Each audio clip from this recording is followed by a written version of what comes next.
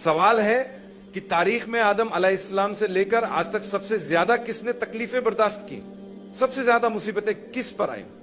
نبی کریم صلی اللہ علیہ وسلم نے سب سے زیادہ تکلیفیں جھیلی، پھر بھی آپ بلا شبہ اللہ کی سب سے بہترین مخلوق تھے۔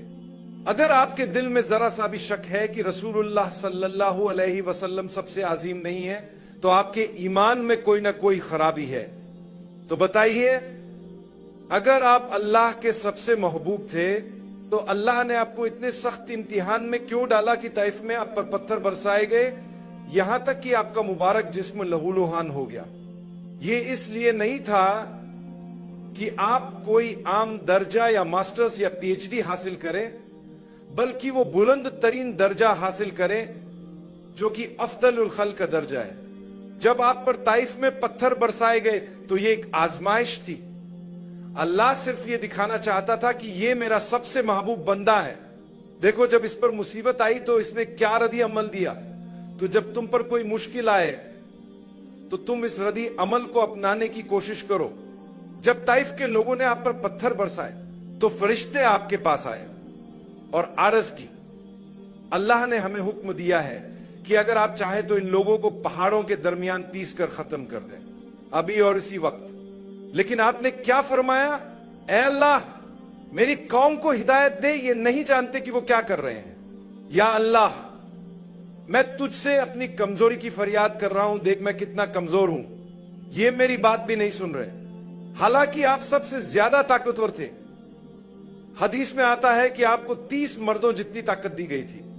ایک اور آزمائش، روایت میں آتا ہے کہ آپ کا چہرہ ایسا تھا جیسے پورا 14ویں کا چاند سامنے ہو، اور کیا ہوا؟ آپ کے ماتھے پر ایک زخم آیا جو ایک کنارے سے دوسرے کنارے تک پھیل گیا۔ یہ بھی ایک آزمائش تھی کہ آپ کا رد عمل کیا ہوگا۔ غزوہ احد میں کیا ہوا؟ آپ کے مبارک دانت جو اتنے روشن تھے، 2 دانت اللہ کے راستے میں شہید ہو گئے۔ ایک اور آزمائش، مگر دیکھیں آپ نے کیسے رد عمل دکھایا۔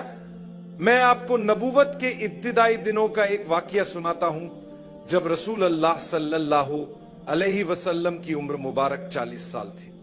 آپ پہلے ہی مکہ میں اپنا پیغام پہنچا چکے تھے، اور ہمیں معلوم ہے کہ مکہ کے لوگوں نے آپ کے ساتھ کیا کیا۔ اللہ نے ایسا کیوں ہونے دیا؟ کیا سب کچھ اللہ کے اختیار میں نہیں؟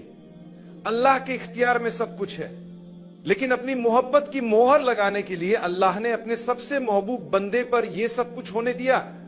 اس لیے جب ہمیں دنیا میں کچھ مسائل کا سامنا ہوتا ہے تو اللہ کا شکر ادا کریں اور کہیں، یا اللہ، تو نے مجھے عبادت کا ایسا موقع عطا کیا جو صبر کے نام سے جانی جاتی ہے۔ اگر تو یہ مشکل میری زندگی میں نہ رکھتا تو مجھے وہ عبادت نصیب نہ ہوتی جس کے لیے تو نے اپنے نبی کو چنا تھا۔ رسول اللہ صلی اللہ علیہ وسلم بیٹھے تھے کہ ایک بوڑھی عورت گزری جو بہت سا سامان لیے ہوئے تھی۔ آپ فوراً اٹھے اور فرمایا، اے میری ماں، کیا میں آپ کی مدد کر سکتا ہوں؟ وہ حیران رہ گئی کہ 40 سال سے زائد عمر کا ایک شخص میری مدد کرنا چاہتا ہے۔ وہ بولی، میرے بیٹے، آپ بہترین انسان ہیں، کوئی جوان ہو یا بوڑھا، آج تک کسی نے میری مدد کی پیشکش نہیں کی۔ آپ جیسے لوگ بہت کم ہوتے ہیں۔ جب رسول اللہ صلی اللہ علیہ وسلم نے اصرار کیا تو اس نے کہا، یہ میرا سامان ہے، میرے لیے اٹھا لیں۔ آپ صلی اللہ علیہ وسلم نے اس کا بھاری سامان اپنے مبارک سر پر رکھ لیا۔ پھر وہ عورت بولی، میرے بیٹے، آپ بہترین اخلاق کے مالک ہیں، آپ کا کردار بہت اعلیٰ ہے، آپ کی بات چیت بھی بہت اچھی ہے، سب کچھ آپ میں بہترین ہے، لیکن میں آپ کو ایک خطرناک آدمی کے بارے میں خبردار کرتی ہوں جو مکہ میں آیا ہے۔ وہ ایک زہریلا پیغام لے کر آیا ہے۔ وہ ہمیں ہمارے معبودوں سے دور کرنا چاہتا ہے، ہمارے سرداروں کو چھوڑنے کا کہہ رہا ہے، اور صرف ایک خدا کی عبادت کا درس دے رہا ہے۔ یہ سب فضول باتیں ہیں۔ وہ ایک نیا دین لے آیا ہے، ایک بدعت۔ ہمیں اس سے لڑنا ہوگا، اپنی جان اور خون سے اس کا راستہ روکنا ہوگا۔ ہمیں اس کا مشن ختم کرنا ہوگا اس سے پہلے کہ وہ پھیل جائے۔ میرے بیٹے، میں آپ کے لیے فکر مند ہوں، اسی لیے آپ کو خبردار کر رہی ہوں۔ کہتے ہیں کہ جو بھی اس آدمی کو دیکھ لے یا اس کی بات سن لے، وہ اس کے جادو میں آ جاتا ہے اور اسے نبی مان لیتا ہے۔ وہ لگاتار بدکلامی کرتی رہی اسی شخص کے خلاف جس نے اس کا سامان اٹھایا ہوا تھا. لیکن رسول اللہ صلی اللہ علیہ وسلم نے کیا کیا؟ آپ خاموش رہے، کیونکہ کچھ موقعوں پر خاموشی سونے سے زیادہ قیمتی ہوتی ہے. جب کوئی مسئلہ اتنا بڑا ہو کہ آپ اسے حل نہ کر سکیں تو شاید خاموشی اختیار کرنا بہتر ہو. اللہ قرآن میں ذکر فرماتا ہے کہ زکریا علیہ السلام سے کہا گیا جب انہوں نے عرض کی، یا اللہ میں لوگوں کا سامنا کیسے کروں گا، میری مشکل بہت بڑی ہے. تو اللہ نے فرمایا کہ تم 3 دن تک لوگوں سے بات نہ کرو سوائے اشاروں کے، اور اللہ کو بہت یاد کرو. آپ نے صرف اپنا مقصد پورا کرنے پر توجہ دی، یعنی اس کی چیزوں کو ایک جگہ سے دوسری جگہ پہنچانا. جب آپ اس کے گھر پہنچے تو سامان اتار کر نرمی سے پوچھا، کیا میں آپ کے لیے کچھ اور کر سکتا ہوں؟ کیا گھر میں کسی چیز میں مدد چاہیے؟ وہ حیران ہو کر آپ کو دیکھنے لگی اور بولی، میرے بیٹے تم بہت اچھے انسان ہو، میں تمہارا شکریہ ادا کرتی ہوں، تم جا سکتے ہو، مجھے مزید کسی چیز کی ضرورت نہیں. جب آپ وہاں سے جانے لگے تو اسے یاد آیا کہ اس نے آپ کا نام نہیں پوچھا.